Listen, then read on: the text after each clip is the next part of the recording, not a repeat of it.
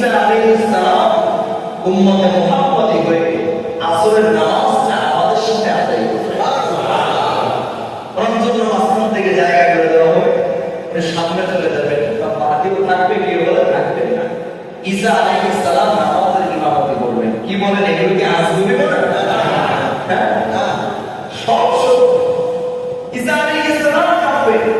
ঈসা নবীকে আল্লাহ তাআলা এমন একটা পাওয়ার দিবেন, ওনার কিছু করার দরকার নেই। কাফের দিকে তাকাইলে ওনার চোখের দৃষ্টি পড়ার সাথে সাথে ইহুদি বা কাফেররা যে ইহুদিরা মুসলমানদের রক্ত নিয়ে হুদি খাচ্ছে, ভালো করে শুনবেন, আমাদের মা বোনদের ইজ্জত নষ্ট করে বাচ্চাদেরকে নিয়ে ছিনিমিনি খেলছে, মুসলমানদেরকে একেবারে রক্তাক্ত করে দুনিয়ার থেকে নাম নিশানা মেটানোর চক্রান্ত করছে। এই ইহুদিরা যখন পলায়ন করবে, ঈসা নবী ধাওয়াতে থাকবে, সৈন্যবাহিনীরা ধাওয়াতে থাকবে, মুজাহিদরা ধাওয়া করতে থাকবে, এরা পাথরের পিছনে গিয়ে পালাবে। এই পাথরের জবানকে আল্লাহ খুলে দিবে।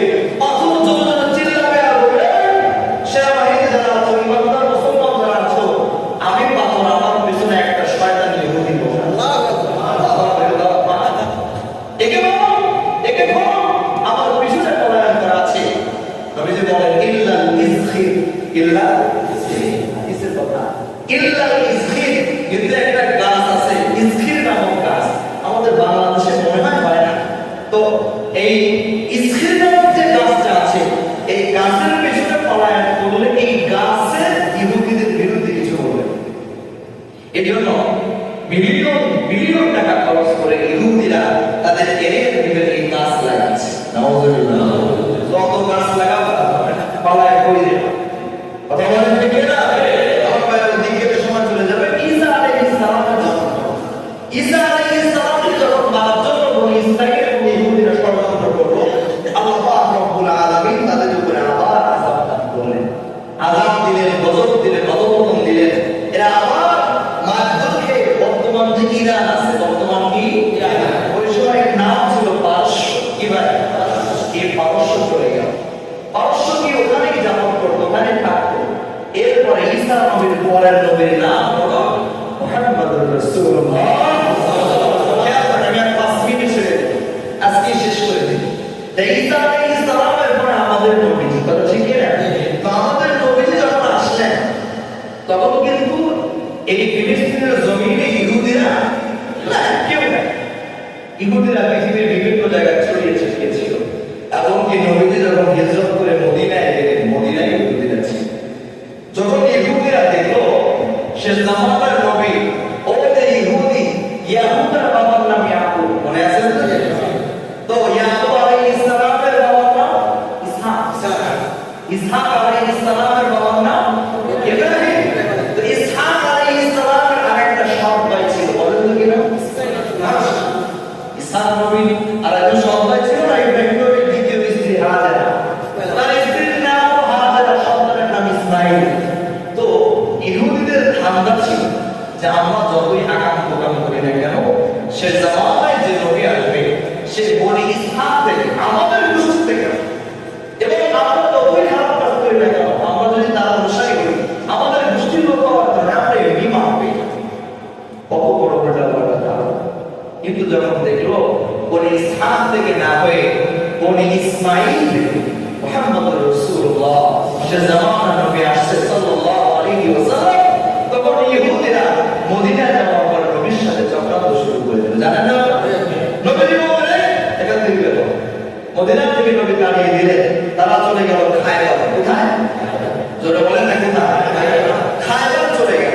ওখানে যাওয়ার পরে নবীজি মদিনায় থাকলে কিছু বলে না, না থাকলে নবীজি এবং সাহাবাদের উপর আক্রমণ করার চক্রান্ত করে। আপনার ইতিহাস সবাই জানে, আল্লাহর নবী খায়বার থেকে তাড়িয়ে দিলেন। না তোদের কি এত দয়া মায়া করে রাখতে চেয়েছিলাম, ওরা ভালো থাকবে না, চলে যায়। নবীকে একাধিক নবীজি তাদের অভ্যাস হলো নবীদেরকে মারা। আমাদের নবীকে মারার জন্য তারা অনেক চেষ্টা করেছে, কি করে বিষ মিশিয়ে দিয়েছে, প্রত্যেকটা পাথর মেরেছে, হ্যাঁ, যুদ্ধের সময় সৈন্য বাহিনী পিছন থেকে পালায় চলে গেছে, অনেক চেষ্টা করেছে, নবীকে কিছু করতে পারে নাই। আমার ভাইরা, এই খায়বার থেকে যখন তাড়িয়ে দিল, অধিকাংশ ইহুদিরা তখন ইয়ামেন, ইয়ামেন নাম শুনছেন? ইয়ামান এবং মিশরে চলে যায়। কোথায়? ইয়ামান এবং মিশরে চলে যায়। এইভাবে থাকতে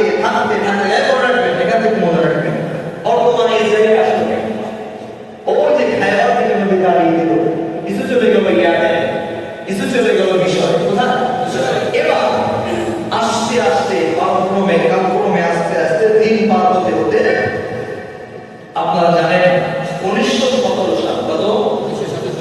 এটা হলো আমাদের জানার দরকার। 1917 সালে দেখেন কোথাও আমরা শুরু করার সুবিধা করতে পারি। কি করবে আমার ভাইরা? ওরা গোপনে গোপনে অল্প অল্প করে করে আস্তে আস্তে ওরা ফিলিস্তিনের যে বর্ডার আছে এই বর্ডারের কাছে গিয়ে ক্ষেত খামার করে কোন রকম কর্মচারীর মতো, কামলা দেওয়ার মতো, কাজের লোকদের মতো এরা এই বর্ডারে গিয়ে ক্ষেত খামার করে করে ওখানে বসবাস করে। আমার ভাইরা কেন করবে না? 1917 সালে ফিলিস্তিনের বর্ডারে ইহুদিদের সংখ্যা ছিল মাত্র 8%।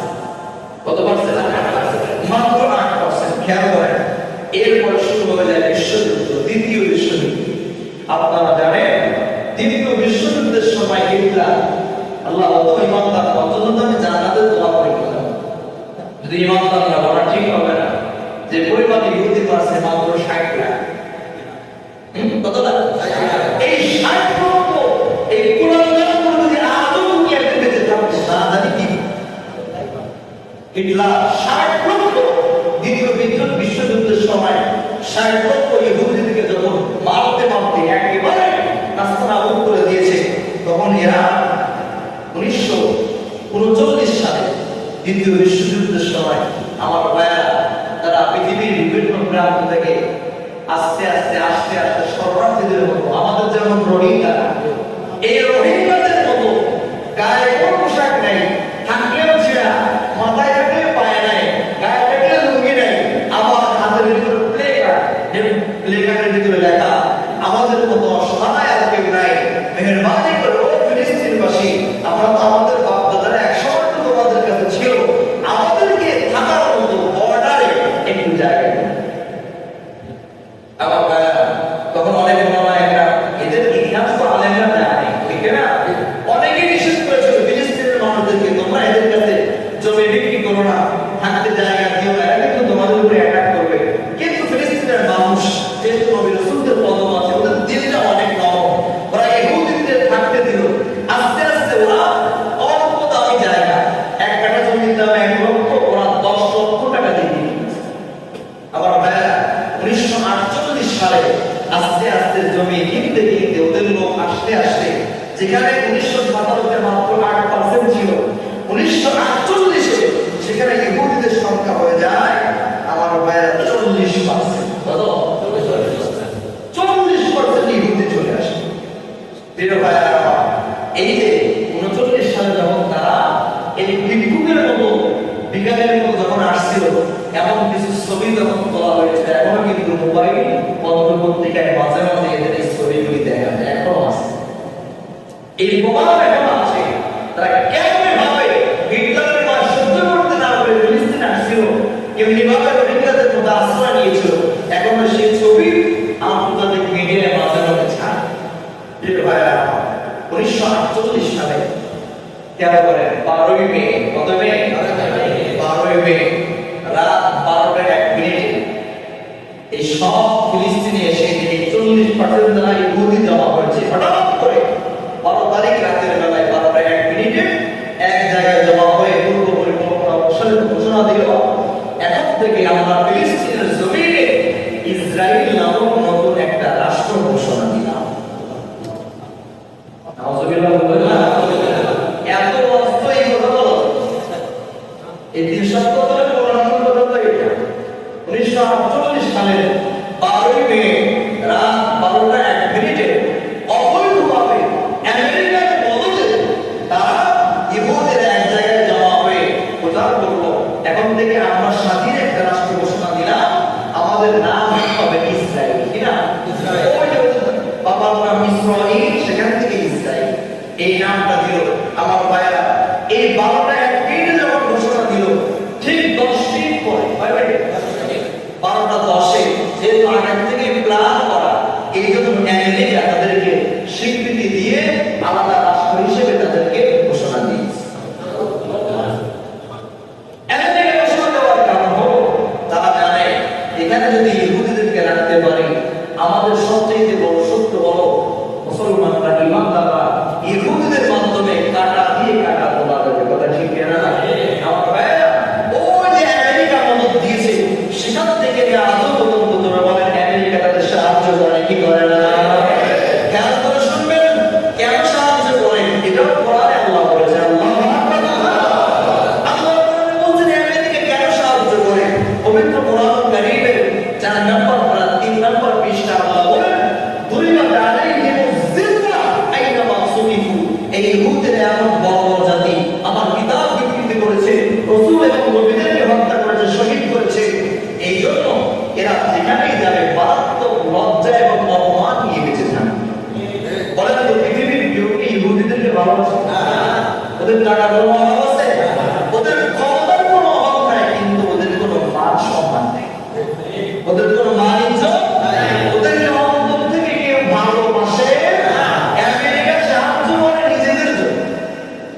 স্বার্থের জন্য করে, কিন্তু আমেরিকাও কিন্তু ইসরায়েলকে মন থেকে ভালোবাসে না।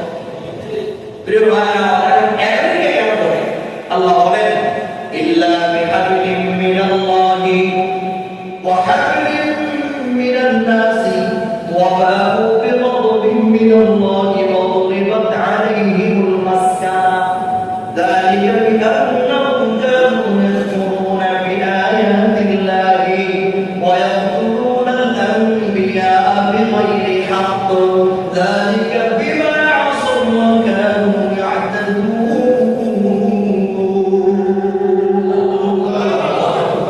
ضربت عليهم الذلة أينما ثقفوا যেখানে যাবে সেখানেই লজ্জা অপমান এই অবস্থায় তাদের থাকতে হবে। ইল্লা বিহাবলিম মিনাল্লাহি, তবে যদি তারা আল্লাহর রশি ধরে তাহলে তাদের এমন হবে না। যদি তারা আল্লাহকে আগের মতো একসময় যেমন তারা ছিল এবং যদি আল্লাহর রশিটা ধরে, আল্লাহর বিধানগুলি মেনে নেয়, বিধানের সাথে নাফরমানি করে, তাইলে আল্লাহ এমন করবে না। দুই নম্বর মেইন কথা, ওয়া হাবলিম মিনান নাস, তারা রাজত্ব করবে মানুষের লেজ অন্য কারো মাধ্যমে। ওয়া হাবলুল হাবল শব্দ রক্ত রশি, হাবল শব্দ অর্থ কি ভাই? মিনান নাস অর্থ মানুষ, মানুষের রশি ধরে রাজত্ব করবে। বলেন তো ইসরায়েল কার রশি ধরে রাজত্ব করবে? এটা কি বুঝতে কোনো বাকি আছে? বলেন তো এটা কার কথা? আল্লাহর কথা। কোরআনে আল্লাহ বলেন ওয়াবাউ বিগদবিন মিনাল্লাহ, আল্লাহ বলেন আল্লাহ আমি আল্লাহ রাগ সব সময় তাদের সাথে থাকবে না। অবৈধ আলাইহিমুল মাসকানা, তাদের কোনো বিনিময় থাকবে না। এখন ইসরায়েলতে রাষ্ট্র আছে, প্রিয় ভাইরা আমার, কিছুদিন পরে দেখবেন এই নাম নিশানা, ইসরায়েলের নাম নিশানা পৃথিবীর জমিনে থাকবে না ইনশাআল্লাহ। আমার ভাইয়া কথা শেষ, এখনো তারা এখানে বসে বসে আমাদের বিরুদ্ধে চক্রান্ত করছে। ইনশাআল্লাহ সুবহান ইনশাআল্লাহ সেদিন